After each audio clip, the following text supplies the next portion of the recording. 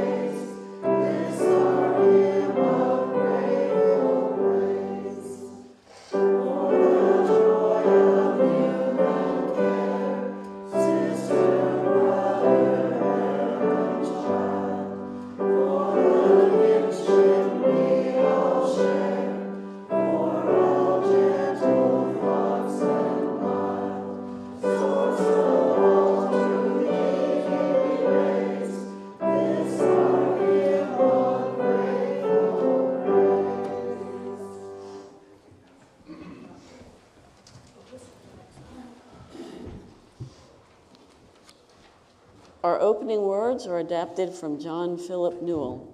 For earth's cycles and seasons, for the rising of spring and the growing summer, for autumn's fullness and the hidden depths of winter, we give thanks. For the life force and seeds buried in the ground that shoot green and bear fruit and fall to earth, we give thanks. May I learn from earth's cycles of birthing and the times and rhythms of dying and rebirth in the deep soil of my soul.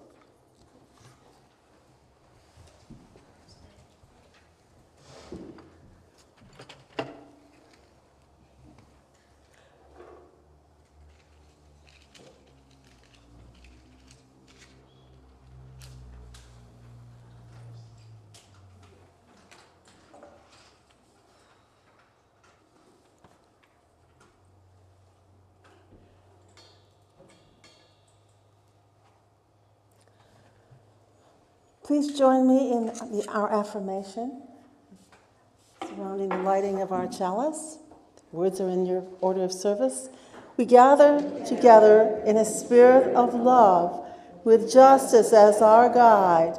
This is our chosen covenant, to dwell together in peace, to seek the truth with freedom, and to care for one another.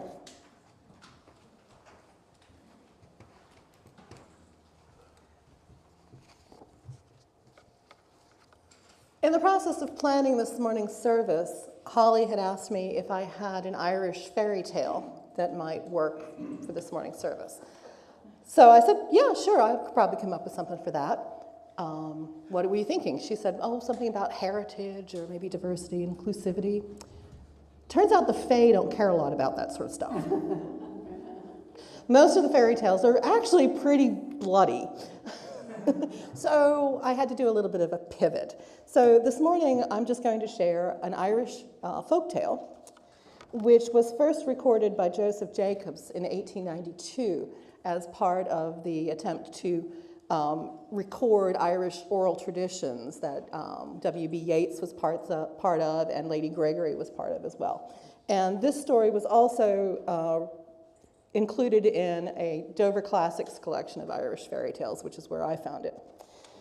It is The Field of Bullions, and it's one of those stories, since it's St. Patrick's Day, that features leprechauns. And you know, leprechauns always have their hoard of gold, and most of the stories about leprechauns are about humans and leprechauns trying to outwit each other. And just for the record, bullions are weeds, in this particular case, a yellow ragwort.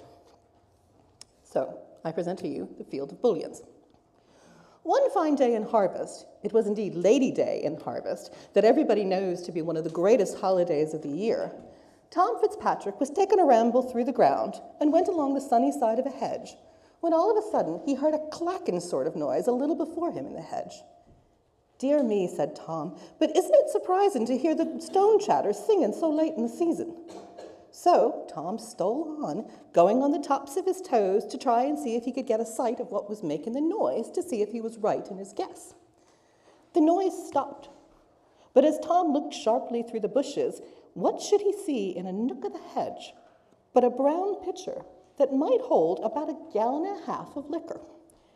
And by, a little wee, teeny tiny bit of an old man with a little muddy of a cocked hat stuck up on the top of his head, a dishy-dashy leather apron hanging before him, pulled out a little wooden stool and stood up upon it, and dipped a little piggin into the pitcher, and took out the full of it and put it down beside the stool, and then sat down under the pitcher and began to work at putting a heel piece on a bit of a brogue just fit for himself.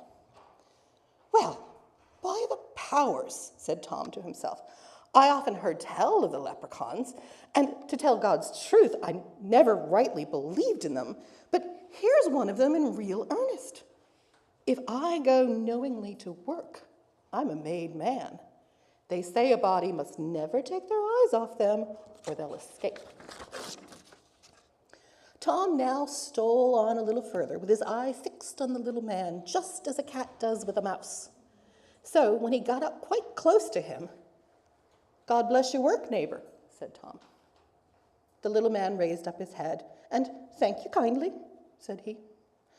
"I wonder you'd be working on the holiday," said Tom. "That's my own business and not yours," was the reply. "Well, maybe you'll be civil enough to tell us what you've got in the pitcher there," said Tom. "That I will, with pleasure. It's good beer," he said. "Beer?" said Tom. "Thunder and fire, where did you get it?" "Where did I get it, is it? Why, I made it. And what do you think I made it of?"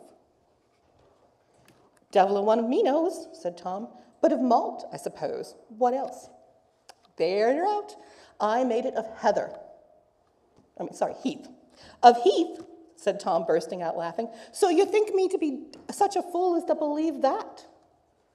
"Do as you please," said he, "but what I'll tell you is the truth. Did you never hear tell of the Danes?" "What about them?" said Tom. "Well, all the about them there is that when they were here, they taught us how to make beer out of the heath, and the secret's in my family ever since."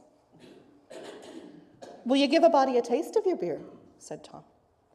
"I'll tell you what it is, young man. It would be fitter for you to be looking after your father's property than to be bothering decent, quiet people with your foolish questions.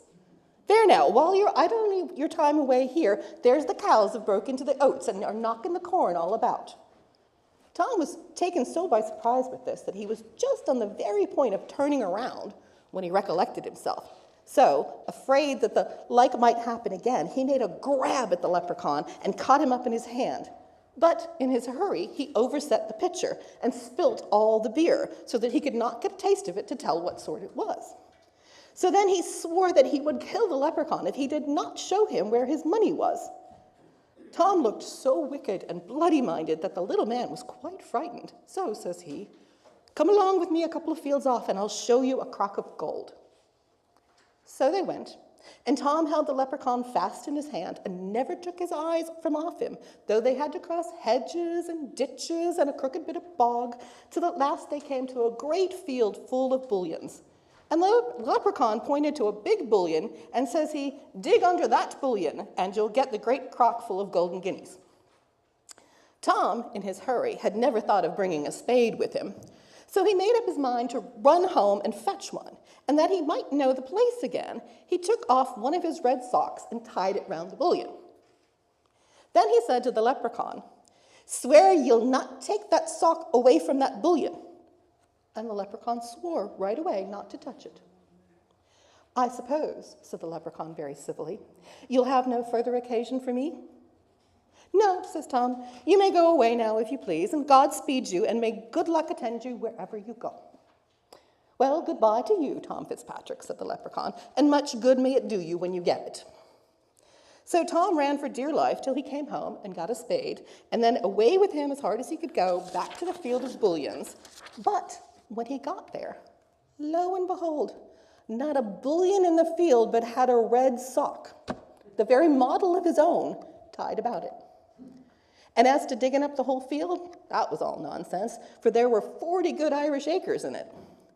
So Tom came home again with his spade on his shoulder, a little cooler than he went, and many's the hearty curse he gave the leprechaun every time he thought of the neat turn he had served him.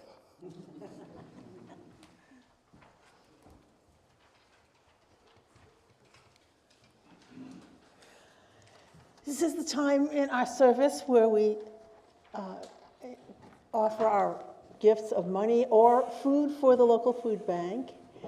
This is a part of our tradition as Unitarian Universalists. We freely support the work of our fellowship, and we are grateful for your offerings. And if the children could gather, I think we've got a couple of kids here, yes? We could collect the food.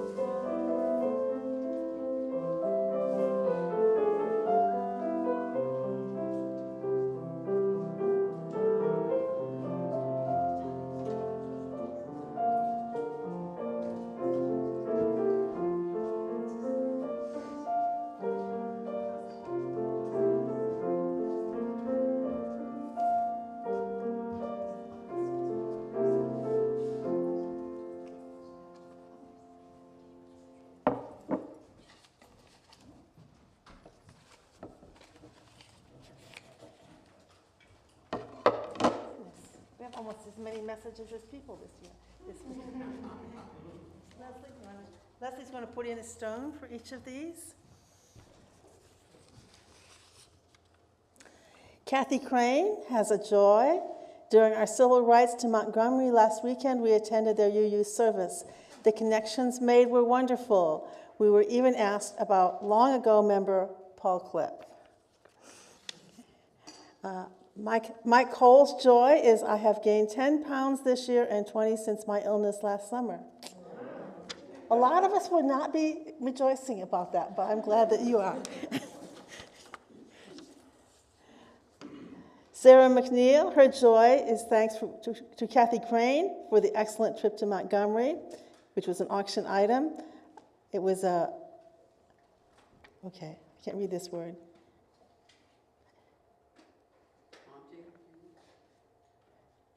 It was a what, Sarah? Haunting. Haunting, okay. I think your pen ran out of ink a little bit on the H there. Okay, haunting, lovely, and worthwhile trip. Okay. Renee Mandola, her concern is to please send healing thoughts to my mom, who is in AnMed hospital with blood clots and pneumonia. And Elaine Faithful had a bad reaction to her Parkinson's medication and is unavailable to attend today.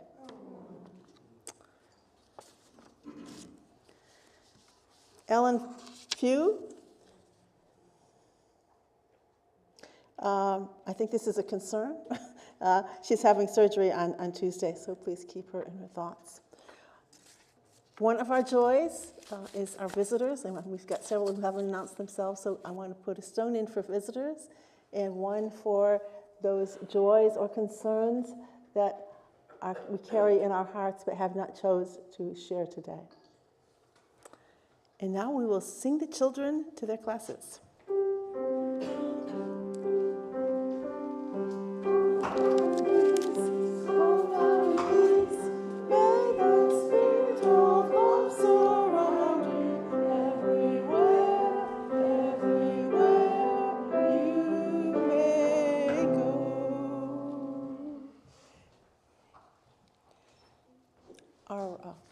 Our sermon hymn is number 123, Spirit of Life.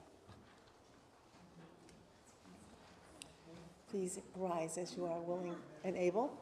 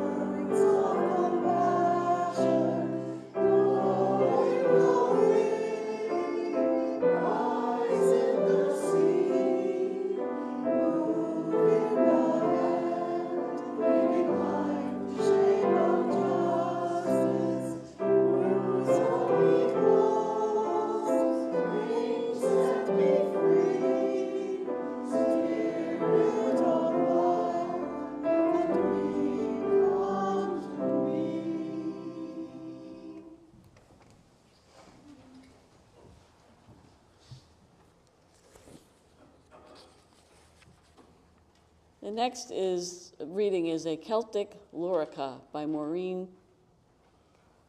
How do you pronounce her name? Killoran? How do you pronounce her? Killoran. And a Lorica is a prayer for protection. Spirit of all blessing, be with us in the ordinariness of our days. May hope's light guard us and keep cynicism from our hearts. May the energy of laughter build endurance for the dark times of our lives. May creativity's vision grant the possibility of seeing old relationships with new eyes. May the oil of healing keep us from anger's darkness or despair. May the mantle of humility give courage to admit when we are wrong.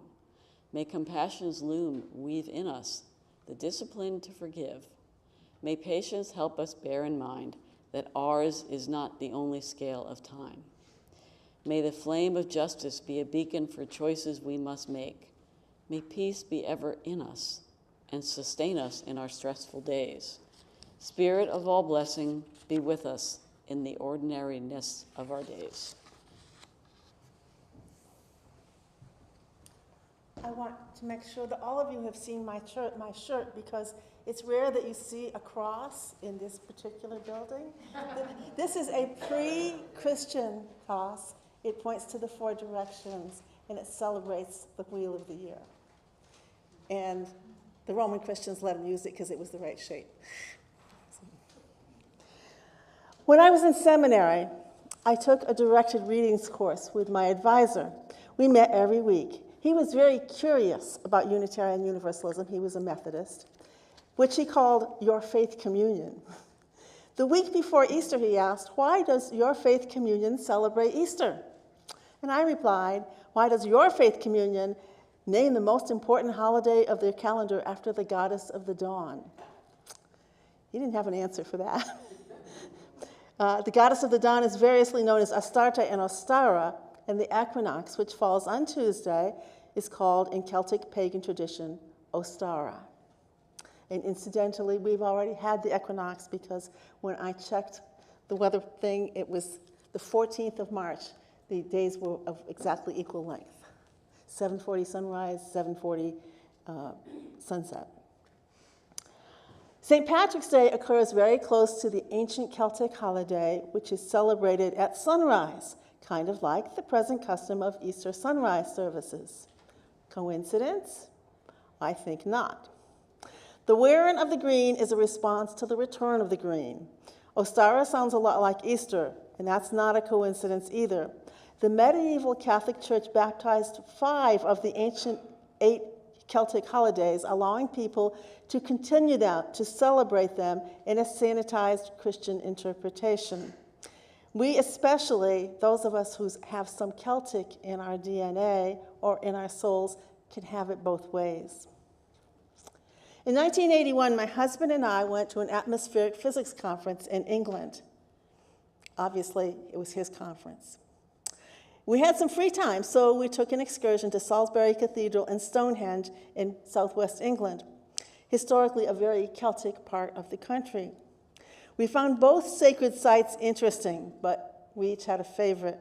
I describe myself as a high church Unitarian. I like ritual and music and beauty, but only if I can give my assent to the theology or the worldview.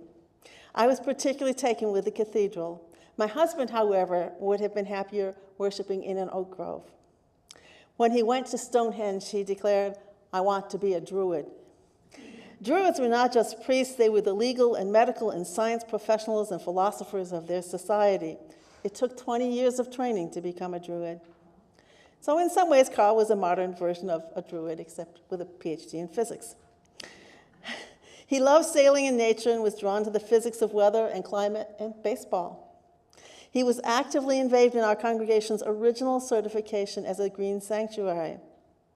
I've since been many times to the British Isles, discovered the extent of my own Celtic ancestry, as well as Celtic Christianity. Celtic Christianity, unlike Roman Christianity, is something that the Druids could get along with. So how does St. Patrick fit into this story? Well, it's a never-ending story that began with a young Welsh man named Patrick in the late 400s, that's 5th century, late 5th and early 6th century. There's a pretty continuous line of descent from Patrick and his contemporary theologian Pelagius to a 21st century leader of Celtic Christianity, John Philip Newell. Newell is a Scottish Celtic Christian minister who embodies both the open and inclusive theology of Pelagius and of the Druids in the spirit of St. Patrick. Patrick was born in Wales to a Romanized Celtic family shortly before the Romans abandoned Britain in 410. He was captured by slave traders and taken to Ireland. Eventually, he escaped, came home to Wales, studied for the priesthood, and returned to Ireland as a Christian missionary. It was a world of druids and gods and goddesses, very earth-centered, very rural. The Irish were willing to engage in the new faith along with the old one, attending Mass on Sundays and celebrating the 8 seasonal holidays as they fell on the calendar. St. Patrick did not object. He wasn't promoting an either-or religion, but a both-and. By the 7th century, the Roman Catholic Church had become the religious version of the Roman Empire. Church authorities discovered that things were being done differently in the Irish Church, and Rome did not embrace diversity. No DEI in the Roman world. People would have to choose. The wrong choice could be very costly because the church was very powerful and threats of eternal damnation were taken very seriously. Some of us in this congregation learned about this story in the battle for the soul of Christianity in Ireland from reading the Sister Fidelma novels, because all of us learn some things better through stories. Sister Fidelma was briefly a nun, but she was really a dalech, or a lawyer by profession, and sister to the King of Munster in 7th century Ireland. So she went around solving various murder mysteries against the backdrop of these developments in Western European religion. The conflict between the open, inclusive, nature-centered Irish version of Christianity and the hierarchical, misogynist, authoritarian Roman version came to a head in the 7th century. But there was an earlier battle between the Celtic and the Roman understanding of religion. In the 5th century, there had been a theological war for the soul of the church between Bishop Augustine of Hippo and the Welsh monk Pelagius, I just mentioned. Supposedly, Augustine's version of Christianity, the one you UUs have all rejected, was victorious. That's the one with original sin and purgatory and the sinfulness of sex and predestination and the focus on punishment and rewards in the afterlife.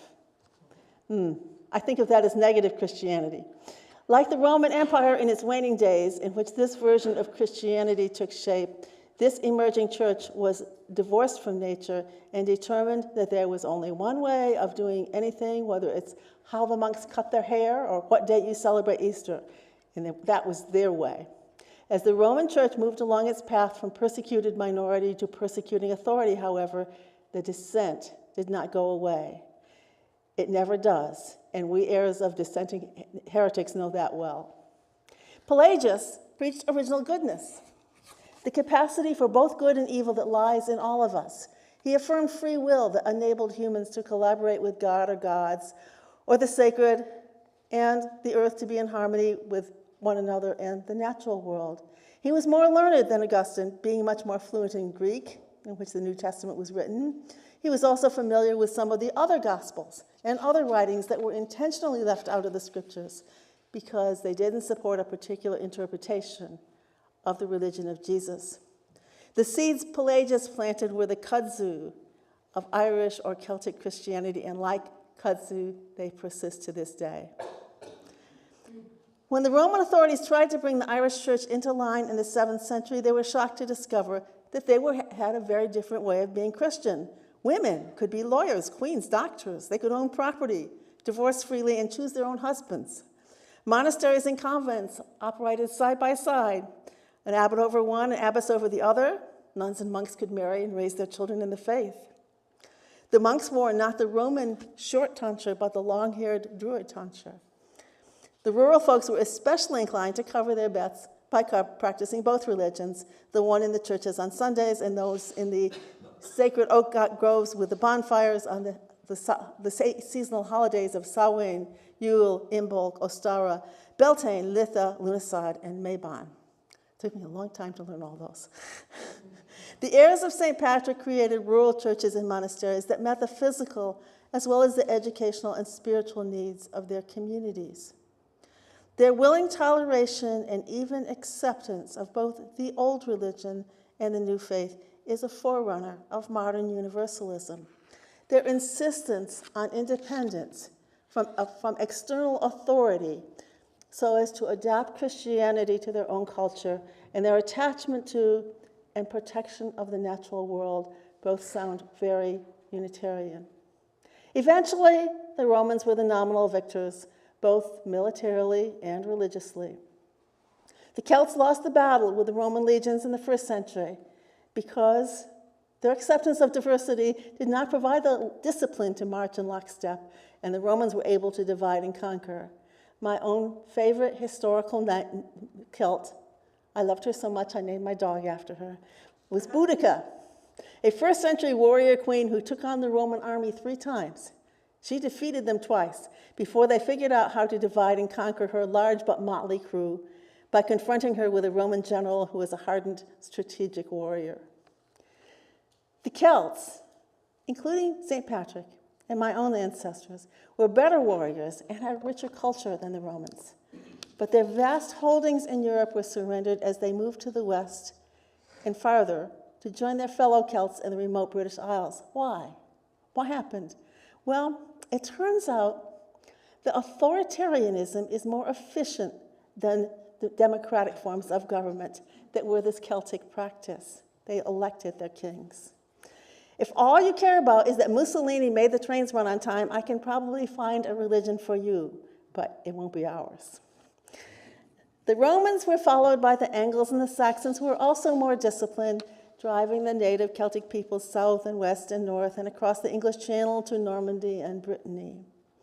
But every few generations, a new spiritual leader would arise among the dissenting Celts to challenge the domination of the distant Roman Pope, who was unfamiliar with the Celtic culture, customs, and way of being at home in the world.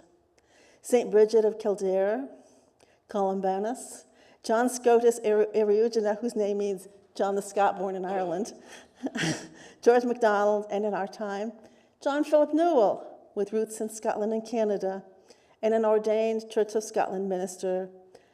Newell has found and led others on a path that is much more nature-centered and positive, yet still grounds itself in much of the Christian story. We live in a polarized society. If you are not of my political party, you are stupid or ignorant or corrupt, or all three. If you are pro-gun, you better be anti-choice, and vice versa. If you are opposed to book banning, you are exposing our innocent children to pornography. Every little hill is a slippery slope. Every bill in Congress a hill upon which one must choose to live or die. Immersion in social media simplifies the complexities and nuances of life to either or rather than both and. We, like the ancient Celts, are a people of both and faith. For instance, I can be a Celtic Christian, that's two religious religions, Unitarian Universalist, two more religions, and I don't contradict myself, or as Walt Whitman said, a very famous ancestor of ours, do I contradict myself? Very well, I contradict myself. I contain multitudes. But that doesn't make either other beliefs wrong, just different. Yes, there are some religious beliefs that are destructive or harmful, but for the most part, religion is the hiking stick that keeps us on the path, the home of people with whom to articulate and express our shared values and experiences, the source of challenge and invitation to be and become our better selves and make the world a better place. So why does this matter to us, a motley crew of believers, more in the power of ideas than stories, more in hope than in hell, more in rich diversity than sterile uniformity, more in life on earth than the afterlife in heaven? I think it is perhaps time to make peace with our forebears. Some of them gave us the nature-centered religion that pops up all over the world, especially among Africans and Native Americans. Others focused on the human-centered story, the world of wars and empires, culture and art, music and knowledge. So how do we choose a religion that connects us to the earth and its non-human inhabitants, or segregates us into the human-centered world where we celebrate our uniqueness, our distinctiveness, and our freedom from being subject to the laws of nature? We don't. Like some people, religion is richer when it's non-binary, honoring a continuum rather than either or. Each of us is called to the task of finding and claiming our own wisdom, distilled from as many sources as we choose to embrace. For me, Christianity as filtered through a Celtic lens is a treasure source, but not the only one.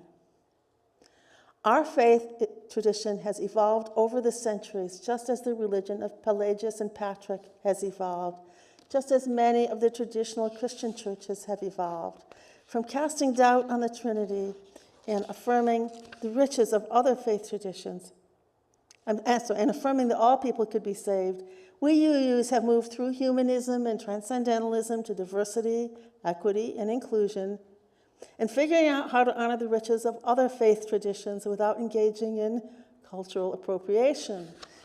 It's always a new challenge. Evolution is a process, not an act. We may have evolved from the apes, but you may have noticed the apes are still around. Unlike the average UU, some people need, want, and benefit from a faith tradition that offers something older or more familiar or less demanding or more right-brained than left-brained, or that offers more answers than questions. One of my favorite wisecracks about our faith tradition is, that's where you go to get your answers questioned. We have been labeled poor singers because some of us can't sing hymns without reading ahead to make sure we agree with the theology. I used to be able to sing that way, but before I traded my affiliation in for a new religious model. But my thinking and processing has also evolved. As the feast of St. Patrick merges with Ostara, or the spring equinox, on Tuesday, let us follow the path of our Celtic forebears. Let us celebrate the richness of both human culture and the natural world, a religion of both and of inclusion and diversity. May it be so. Our closing hymn is number 83, Winds Be Still.